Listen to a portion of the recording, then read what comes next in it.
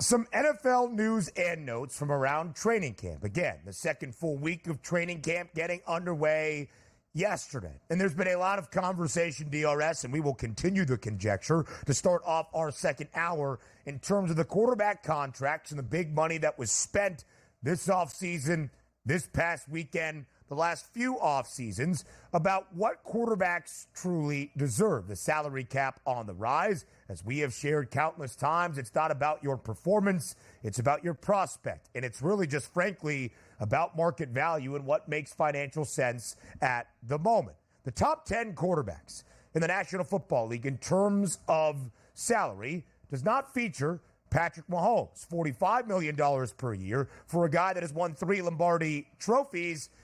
He's on the outside looking in, the 11th highest paid QB in the National Football League. So Patrick Mahomes was asked this week, DRS, about the idea that he is not one of the 5 highest paid QBs in the NFL. And here was Mahomes' reply, quote, "Not necessarily. I think we do a great job of managing my money to be able to pay me a lot of money and keep a good team around me. I know we've kind of restructured it a couple of times and got the cash flow up in certain spots and certain years. It's about having good dialogue, good communication with the front office, with ownership. We've done that here. And as we've been able to allow me to be a highly paid guy while at the same time build a great team around me." He was asked if he is underpaid. That was Mahomes' response. What do you make of it? I like where he's coming from at this point. Let's also be honest with it. If Mahomes wanted to every single year hold out and be the highest paid player in the history of football every year, he could do that. But also, you have to have some sanctity and say to yourself, you know what? I don't need that because I like to show up to work and have playmakers that are going to be around me. I have more money than you can deal with. And also, let's not boo-hoo and feel bad for Patrick Mahomes. When he came out with his initial contract of roughly $500 million, it was so far and away overpaid on every single player in the NFL that we laughed at it. And now it looks like it's one of those outdated contracts. But as he pointed out, here's what Kansas City is doing. And they're kicking the can down the road. And this is what you're supposed to do when you have a quarterback in your prime and you're winning Super Bowl after Super Bowl. Just give him that guaranteed money up front each and every year. Every other year, restructure it. Hey, I know you're only supposed to make, $22 million this year. Let's get you some guarantees of an extra $20 million on top of this. Not changing the structure of the contract itself dollar-wise, but just getting you that money faster. And Patrick Mahomes is probably going to play for, let's just say, comfortably another 10 years. He is going to make probably close to $1 billion when it's all said and done. But I like his mindset, which is also like the Tom Brady mindset in New England. Look, I'm going to play for a long time here. I'm going to make more money than I know what to do with on the field and off the field. Let me just keep some money left behind so we can bring in players that are going to help me be the ultimate spectacle in professional sports, which is play quarterback and continue to be in Super Bowls. So I understand where he's coming from. He could be even more greedy, but he's not taking the Drew Brees approach at this point. He's taking the team approach. I make a lot of money here. Surround me with talent. As long as you're doing it, that I'm going to be fine. But if I catch you skimping on my talent out here, I want the most money I can make then. There are 8 quarterbacks in the $50 million club, as we shared yesterday, led by Joe Burrow, Trevor Lawrence, and now Jordan Love, all at $55 million per year. Tua Tagovailoa, 53.1, Jared Goff, 53. Then you have Justin Herbert, 52.5 mil. Lamar Jackson has 52 million. And as we have shared, Jalen Hurts rounds out the $50 million man club at $51 million per year. Then Deshaun Watson and Kyler Murray round out the top 10. There is no argument to be had that Patrick Mahomes is not the best quarterback in the National Football League and should be paid as such. But it goes to, I think, at least speak, DRS, to what we often say. There is financial sense in what you do if you pay and extend a player, but certainly a quarterback, but anybody on your roster early. If you have the prudence and the foresight to get it done early, you look like a mad freaking genius. And that's Brett Veach in Kansas City. The 2020 extension that boggled our minds at the time for Patrick Mahomes, a 10-year, $450 million deal, nearly $500 million in a lump sum, sounds and is, frankly, ridiculous. But when it's averaged out over the 10 years of the extension and the final 2 of his rookie deal, they look like mad scientist genius in Kansas City for a guy that has actually delivered what everybody is hoping for in extending the likes of Love and Lawrence and Tagovailoa Lombardi trophies. Yes, and we were saying to ourselves when that deal was signed, good luck in a couple years affording any talent with that deal. Yeah, look at him, affording even more talent with that deal because it was genius. Pay your quarterbacks early, and your team will be luckier down the road because you know why? That quarterback's going to get paid a lot of money, and you're still going to be able to get players around him here. Kansas City, it's the way to do it. We talk promise in the hopes of pedigree when Hour 2 starts next. But we start with some football conversations and some quarterback talk on this Tuesday morning. Absolutely, and rightfully so, because in 48 hours or so, we're going to have the NFL action live on your TV from the Hall of Fame game. Looking forward to that. Chicago Bears, Houston Texans, nobody's going to play, but do you know what's going to happen in that game, Ben? We are going to get the first look at kickoff coverage and how that is going to play out. So something actually to watch for once in the preseason. How about that?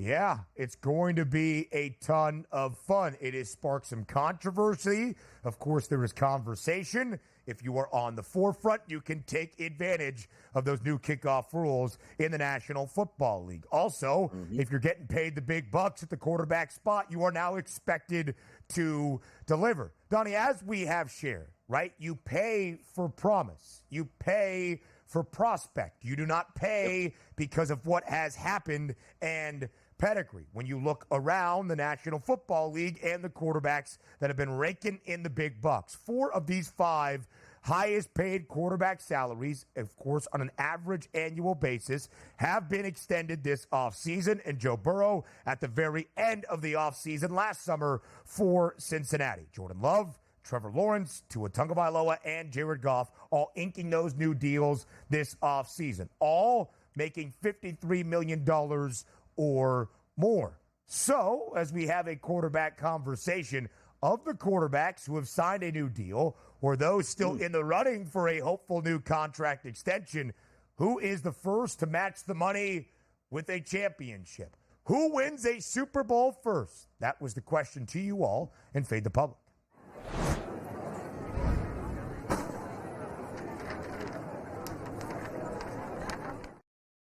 At SportsGrid on Twitter, which quarterback will win a Super Bowl first? Here were the 4 options. Dak Prescott, who is yet to be paid by Dallas, Jordan Love, Trevor Lawrence, both making $55 million, the most in National Football League history, and Tua Tagovailoa at $53.1 million, the 4th highest paid quarterback in the history of the NFL. In most of the public, going with Jordan Love. More than 51% of the public saying Jordan Love is the guy to deliver a Lombardi Trophy first for his organization.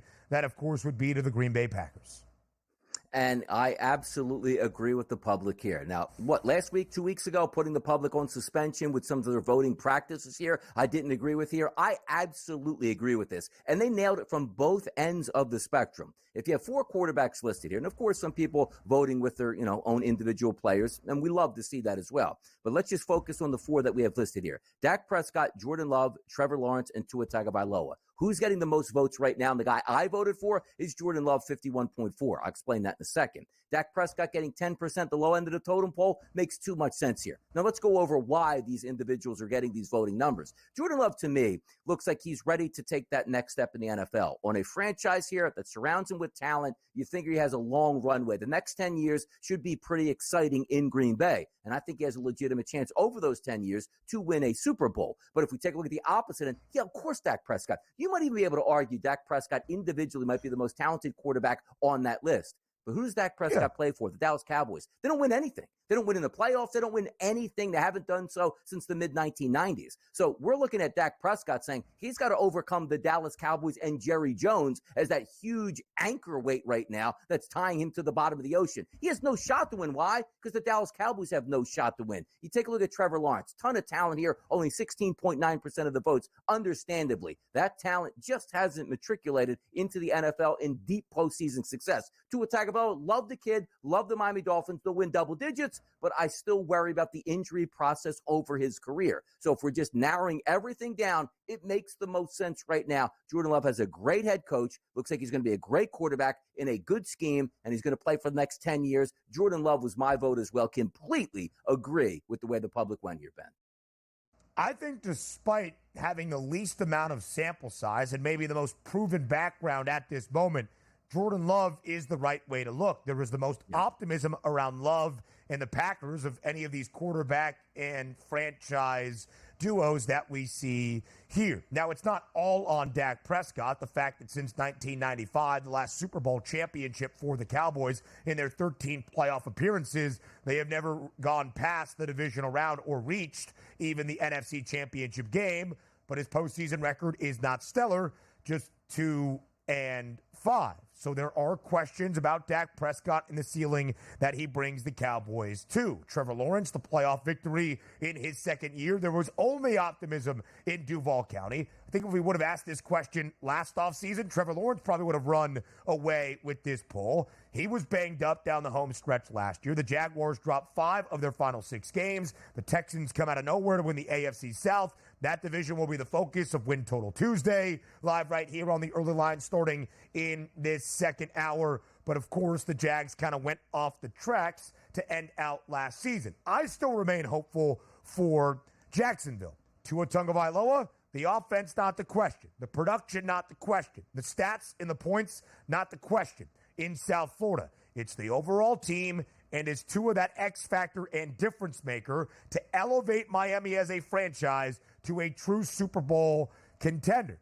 Now, Jordan Love and Dallas, where it stands right now, 8-1 for the Packers, 8-1 for the Cowboys, both tied for the 4th best price to win the NFC Championship. It is the only number of these 4 groups of the group of 4 quarterbacks that we see here that has grown shorter in terms of conference championship contention throughout this offseason. It's not just because of Love, but the Packers have a lot of hope entering this 2024 campaign. And I think a lot of the voting practices here, Ben, went that way because you're looking at this season and the excitement around the ball club. I have pretty good vibes around the Miami Dolphins. You paid your quarterback here. You bring in Odell Beckham Jr., who I really don't think is going to be that big of a, person on the field dominating, but he's clearly liked in the locker room. And you have those other superstar wide receivers on the opposite end. Jordan Love, good foundation in Green Bay, as we pointed out here. Even Trevor Lawrence down there with Doug Peterson in Jacksonville. The vibes are way higher for me than what we saw at the Dallas Cowboys. And I think it has a lot to do with Jerry Jones. Hey, look at this off season. Fans, get ready. We are all in. Ooh, I wonder who they had. Didn't add a damn thing this offseason. Just pissed off more of their players than not. So that's why Dak Prescott is also catching that shrapnel at 10.8% of the votes. Because what happens if that offseason would have went differently? Dak got paid, lowered his cap number. CeeDee Lamb got paid. They brought in another wide receiver on the opposite end. They made some moves on defense. Say, hey, you know what? They might be primed to win this division once again. But those vibes are so low in Dallas right now, and the voting public agrees with it. Roughly 11% going with Dak. And it's not so. Dak's going to have a very good regular season, just like he always does. Dak's probably going to make the Pro Bowl, but Dak's not going to win a damn thing in Dallas. And that's what the question was. Who's going to win the Super Bowl? Certainly ain't Dallas. DRS, there's a chance that Dak Prescott actually runs away and wins this vote. Not in the Fade the Public poll, but Dak Prescott might win a Lombardi Trophy next year with some team not named the Dallas Cowboys. Because they have not paid him. And it's the final year of his contract. That's where things stand at the moment. Win Total Tuesday, live right here on the early line on SportsGrid with a focus today on the AFC South. We've done the AFC North. We've done the AFC West. I believe even the AFC East. Now it's time to round out the conference, that being the AFC South. But before we do that, a quick update from the semifinal match between New Zealand and Team USA in women's rugby at the Paris Olympic Games. For the first time in American history, a semifinal appearance in Olympic rugby. 4:14 remaining in the second. Our producer, Joe Frizo, provide the scoring updates, Donnie, for all that you can score in rugby. Now I need a timing and format update, Frizo, if you do not mind, because just over 4 minutes remain in the second. I don't know if that's period. I don't know if that's half, but we're down right now 12-5. You would have to think we're off to a good start covering 19.5. We're only down by 7 right now. Oh, no. Oh, no. Oh, the Kiwis getting loose. That's a try. Oh, no. Games are split into 2 7-minute halves, so action is quick, says Joe Frizo. Oh, no. But rugby sevens, Donnie, different than union rugby, of course. That's all 15. What? Yeah, again, said that. Union rugby versus non-union rugby, tough scene too. I mean, they get along? Who knows? I don't know if there's actually like heat between like 7s and 15s. I'm trying to see if that's a scoring update. It did look like New Zealand was able to add some more points on the board. Now a drop kick to add to it. Oh, absolutely through the pipes. Like Justin Tucker out there. Oh, goodness. It might be getting away quick. Might be getting away quick. Maybe I started talking too much. I don't know. I'm trying to get an update. We're showing replays and reactions. Like time-wise? Like, how long are these? They're quick? 14. Oh, I don't know. Yeah, but that doesn't get commercial. Like, you know what I mean? Oh, I think they just fly by. There's only 2:40. Only 2:40 remaining in the second. We're down 19-5 right now. Can we hold on here? Can we hold on here to cover 19 and a half? Can we hold on here to cover 19 and a half? Get Belichick out. All right, we'll continue the update. Some defense. Come on. For sure. Yeah. We need Phil Parker, Iowa's defensive coordinator. A lot of them are not able to break free right now. Stoppage right now, 2:26 remains. Is there a scrum? We're not allowed to give play-by-play. They have scrums? No. They do have scrums, even in 7s, I believe. But no scrum at the moment. Will continue to provide the updates. I heard we are doing something called Win Total Tuesday, if that is correct, looking at the AFC South. Donnie, maybe the most compelling division in my estimation ahead of 2024. Not the best, not the most important, but maybe the most compelling because there's a lot of optimism for, I would say, at least 3 of the 4 teams in this division in what was a very competitive division down to week number 18. We shared earlier in the show, Jacksonville, the hefty favorite entering last year after winning the divisional crown in 2022. That playoff and dramatic comeback over the LA Chargers in that postseason. Got off to an 8-3 start. Were greater than a minus 1,000 favorite to win the AFC South divisional crown for a second straight year, only to cough it up down the stretch, dropping 5 of their final 6 and allowed a winner-take-all game week number 18 between J.Stroud and Houston, Gardner Minshew and Indianapolis, and the Texans prevailing late to claim the division, and of course, a playoff victory as well for the Texans. So Houston enters 2024's NFL campaign as a favorite to win the AFC South for a second consecutive year. 9.5 the win total for the Texans, 8.5 the numbers for both the Jaguars and the Colts. In Tennessee, a 6.5 win total. The Titans, a peculiar team, as we will break down through Win Total Tuesday and our assessment of the AFC South. Big picture first, DRS. How will you judge this division in 2024? It looks like it's sharp. It looks like those numbers are really sharp because you take a look at the Texans there and immediately everybody loves what they did in the offseason. Everybody loves the quarterback play they got out of J.Stroud last year, and you only think the sky is the limit. So you look at that record last year, Ben, and what did it tell you? 10-7. And I added Stephon Diggs, Danielle Hunter on defense, second year under the regime. I'm going to be fine. And that number is only 9.5. I love when I see numbers like that because it really makes you start to think because everybody's darling is the Houston Texans. Everybody's expecting last year was no fluke. They're going to add on to it this year, which means they should at least get back to 10 wins if they want to win this division. And the FanDuel Sportsbook going to hang that 9.5 out there like a carrot. Oh, my goodness, man. I can't wait to see how this plays out. But just from a Houston Texans perspective, how can you not be excited about this team? How can you not think J.Stroud is going to be in the MVP race? How can you not think that Collins, Tank Dell and Stephon Diggs aren't going to light it up on the outside with a quality tight end with Schultz? And also, if you're expecting to win football games, how do you close those out with a devastating pass rush that they expect to have next year? And yet again, Ben, 9.5 is that win total? Whoa, buyer beware.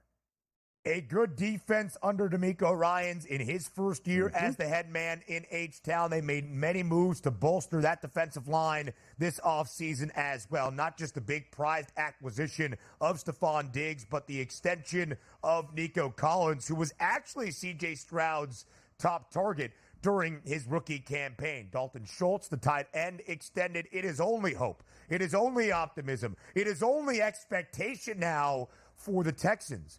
But that's the interesting thing, Donnie. 9.5 the win total. The over has the hefty juice at minus 150. Expected to be a double-digit win team. But how does it go from being the Hunties from the hunters to the huntees. They came out of nowhere last year with a rookie head coach and a rookie quarterback. Can they match that expectation? I think that's the main question for the Texans. Yes, and that is going to be because the expectations are always for teams to get better. That's not always the case here. Now, what would shock us a little bit, right? What we saw to J.Stroud as a rookie, and you say to yourself, this guy was phenomenal. The sky is the limit next year, and he should be able to dominate once again. And instead of being maybe on the outside of that MVP conversation, be the front runner through September. That's high expectations. And also, let's keep in mind, defensive coordinators are some of the sharpest people on the planet. You gave them 17 games plus the playoffs to get ready for C.J. Stroud next year. Let's see what they can do. I'm excited about this division because of the opportunities, and I really do like the Houston Texans and still think they deserve to be the favorites in that division here. We've got plenty more around the AFC South coming your way up next. I've got an update from the semifinal over in Paris in Rugby Sevens on the women's side. The first time that the Americans have ever reached the semifinal since Rugby Sevens became an Olympic sport back in 2016. Very difficult going against one of the gold medal favorites in New Zealand. The Americans do not pull off what would have been a David versus Goliath type upset, but they do cover. Good teams win, great teams cover. The USA does lose 24-12 against New Zealand, but covers as a 19.5-point underdog. That means, Donnie, that the United States will play in the bronze medal match at 1 p.m. Eastern time this afternoon, trying to medal for the first time in American history at the Olympic Games. Let me ask you a question on this, too. Like, I think I'm correct on the sport, right? When you score, why do you have to, dive into, the end zone or the scoring area? You got to get what's the ball the down. point of that? Ball's Why, got to touch though? the turf. I know that much. Interesting. All right. I don't know. Well, I don't know why, but that's why I know that's what you have to do. Yeah. Right. Enough with your rugby questions, man. Text Friezo I do when I need a question answered live on air. All right, we continue on Win Total Tuesday around the AFC South. We shared our takes on the Houston Texans. Donnie, the question is, can they match the hope and the optimism now with expectation in H-Town? Do you think the Texans will do that in fact? Will they win the division? Will they be a double-digit win team once again this season? I actually think there's a legitimate chance to have two double-digit win teams in this division. That's the Texans and the Jaguars, which we're going to get to momentarily. And also, the Jaguars were the it team of that division just 1 year ago. Now the Texans seem to be it team here. There's question marks with the two other teams that, again, we'll talk about in just a bit. But for my money right now, I always like momentum, right? There's more question marks to me on the Jaguars, the way they played out their season coming into this year, than what the Houston Texans were. Because the Texans had that upward trajectory at the end of the season, young superstar quarterback, add to the talent level, which looks like that offense should absolutely be a humming this year and be fantastic. I do give the slight nod to the Texans, but sometimes when you take that team that was on the pedestal before and knock them off, that gives you a little bit of a chip on your shoulder at this point. And there's a lot of talent on that Jaguars team. So for me, Texans and the Jaguars, rightfully so at the top of the standings, both to me, honestly, legitimate chances each to get 10 wins this year.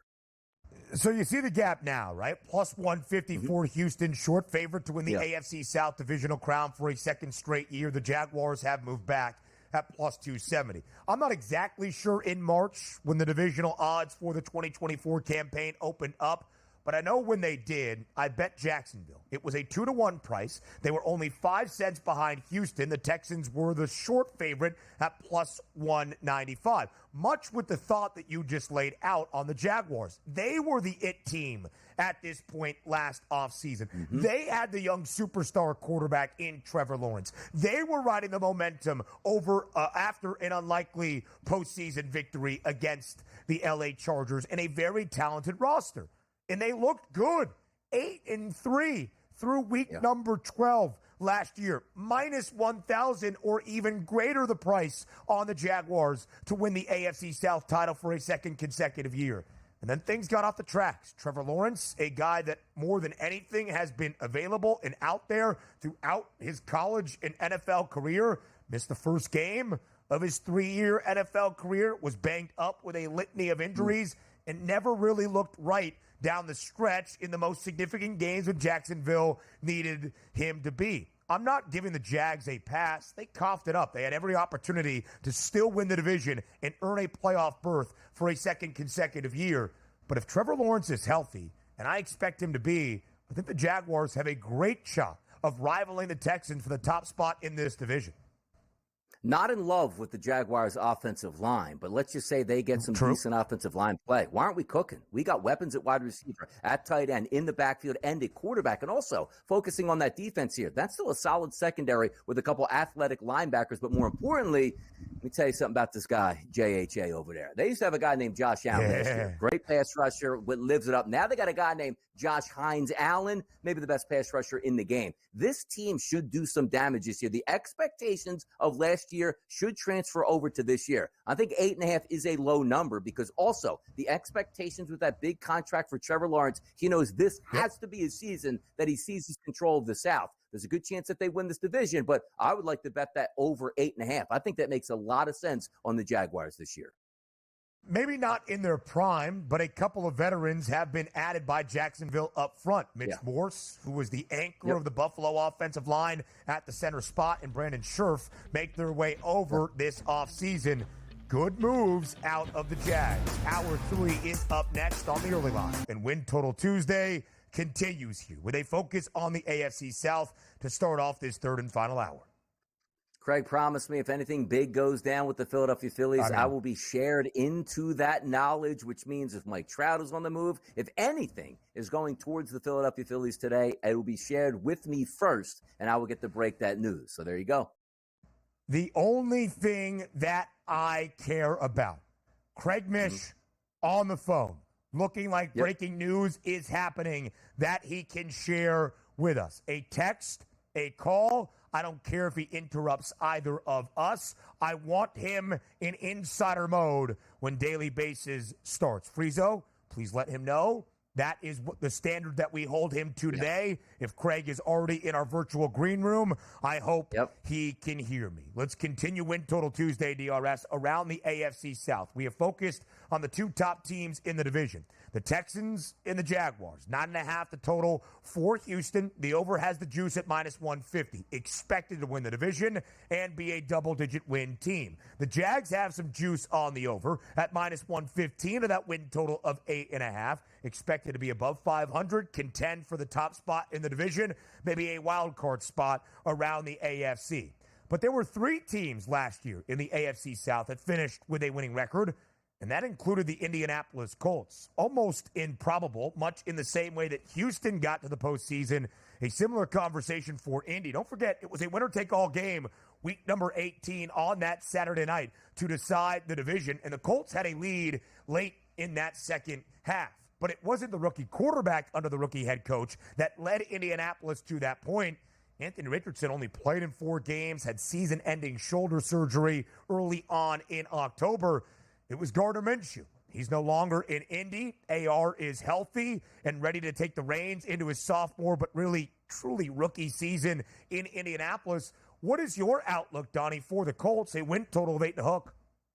Yeah, it's really a shame here that we're not getting the true knowledge that we need on that quarterback position. Because I would love to have seen him last year. Even if the Colts would end up winning 5 or 6 games, you can say, okay, young rookie quarterback played 17 games, got beat up a little bit there, but learned a lot. And that was a full off season to get ready. Still banged up in the offseason, getting injured last year. And yes, you could take your mental reps, and you're still in the NFL. I understand it. It's better than nothing. But I feel like we're getting that evaluation period once again in the month of September, October. And the most important evaluation is, hey, kid, can you at least just stay healthy to be out there? Because that's the best availability. The one thing we do love about the Colts, I like Shane Steichen. I think he's a really good head coach and a quality offensive mind that's going to put this kid in the best possible position to win football games. You know what else you can lean on? An absolutely mashing, physically dominant offensive line, which is a great best friend to have for a young quarterback. And also a running game. That's Jonathan Taylor. If he's entering into the season 100% healthy and ready to go and not worrying about contract deals here, that's going to be great. I think the offense should be provided to put up points. I think the defense will be okay. play. But it's one of those things where I evaluated J.Stroud last year. Yeah, he looks like a good quarterback. I'm not worried about him this year. Trevor Lawrence, we've seen him for a couple years. I'm not all that worried about him. The only reason why I'm worried about Anthony Richardson is, Ben, because I haven't seen him enough here. He could explode onto the scene, or he could do what he did last year, run around a lot, make exciting plays, score touchdowns, and not finish football games when, quite frankly, by the way, the backup quarterback situation on the Colts, I don't have the, let me bring up the depth chart quickly, because they had a damn good one last year. See, Minshew, to me, is a better backup quarterback in that offense than Joe Flacco. So I'm looking at a downgrade there, which means you really need to stay healthy. Anthony Richardson, Keaton Slovis, Jason Bean out of Kansas, and then you take a look at Joe Flacco. He needs to stay healthy this year. Jason Bean won me a lot of bets during his day in Lawrence at KU, so let's not slander Mr. Bean here on this Tuesday morning. But I would agree, right? Gardner Minshew had the familiarity with Shane Steichen. He was his backup quarterback in Philadelphia. It was a natural transition to Indianapolis. Now, I can't wait to see what Anthony Richardson does this year. Some promise for sure in the 4 games that he started last year, but only completed 2 of them. More rushing touchdowns, 4, than passing scores, 3. And the big knock against AR, and rightfully so, his only full year as a starter at Gainesville at Florida, 53.8% completion percentage. It wasn't great at times last year with the elevation in the National Football League. A supreme athlete, a rocket of an arm, a guy that uses his physicality and athleticism, of course, to his benefit. But when that is the case, of course, it calls into question his health. And when he only played 4 games, only completing 2 in his rookie year, and had to have season-ending shoulder surgery, there are going to be some natural causes of concern. We hope Anthony Richardson is fully healthy for all 17 games for Indianapolis. But even if that's the case, Donnie, what exactly is the pure picture? Again, this is really Anthony Richardson's rookie year in the National Football League. It really is. And last year, entering his first rookie season, Indy's win total was 6.5. It's 8.5 now. The under has the juice. I think it's fair. I think it's sharp, as you alluded to earlier. I do not expect them to be a 5-12 football team. I'm just not sure I see them as a double-digit win football team either. They will contend for that winning mark that they had a season ago at 9-8. And it's one of the reasons I find the AFC South truly compelling, because what is the true picture in Indianapolis? Similar thought to Nashville. Will Levis is the quarterback for the Tennessee Titans. We've got a lot of young arms in this league. 3 second-year guys that were all drafted either in the first round or the second pick of the second round. That is Will Levis. And, of course, Trevor Lawrence entering year number 4, the former number 1 overall pick. Now, the Titans said, all right, we're going to start to break things down. Derrick Henry, the staple of this franchise, you're gone. Ryan Tannehill, you're gone. Will Levis is our future. But we're going to build things back up. Okay, a team hitting the reset button, kind of building it up from the bottom and building that foundation once again. And then Rand Carthen in the front office in Nashville said, on second thought, let's give Tony Pollard a 3-year, $24 million deal. Let's pay Calvin Ridley a ton of money, a 4-year, $92 million deal. Let's make some other interesting moves, like bringing Tyler Boyd over to reunite with his former offensive coordinator in Cincinnati and first-year head coach Brian Callahan. I thought this would be a Titans organization freshly in a rebuild, but they're almost in this limbo area of, hey, we're not going to be really bad, but we're also not going to be really good, and it kind of leaves us in this gray zone. I don't know if the money was spent correctly here on the Titans for what their future is going to have. But if you are going to look at this Titans team and see that 6.5, they're built to win 7+ games, as you said, unless you just get horrific quarterback play out of Will Levis. Let's just say Will Levis is starting to take the next step and being a competent NFL quarterback. I'm not even talking top 15. Yeah. Let's just go top 20-ish. This team's going to win 7 games. The offensive line, I think, is going to be okay. The wide receiving core is very good. As you said, Hopkins are really on the outside with Boyd in the middle. And then you take a look at Pollard in the backfield to add some explosion. And Spears as well. Look, I'm not having high expectations for the Titans, but I think you can make money. It's one of those teams that nobody is looking at to do damage in the playoffs, and I completely agree with that. But the way this team is set up and the way they spent money on wins, which, again, isn't going to be equivalent to me to winning that division, making a deep playoff run, or heck, even winning a Super Bowl. But 6.5 wins, that is enough talent there, once again predicated on Will Levis just being roughly an average quarterback. That's a 7-win football team. I'd take the over. And that's why I don't see the bottom of this division as being that far down, which makes things even more interesting if the entire division is at least competitive. Will Levis last year, of course, came on very hot, 238 and 4 touchdowns in his opening debut. Just 4 TDs to 4 interceptions in his next 7 starts. More on the early line next.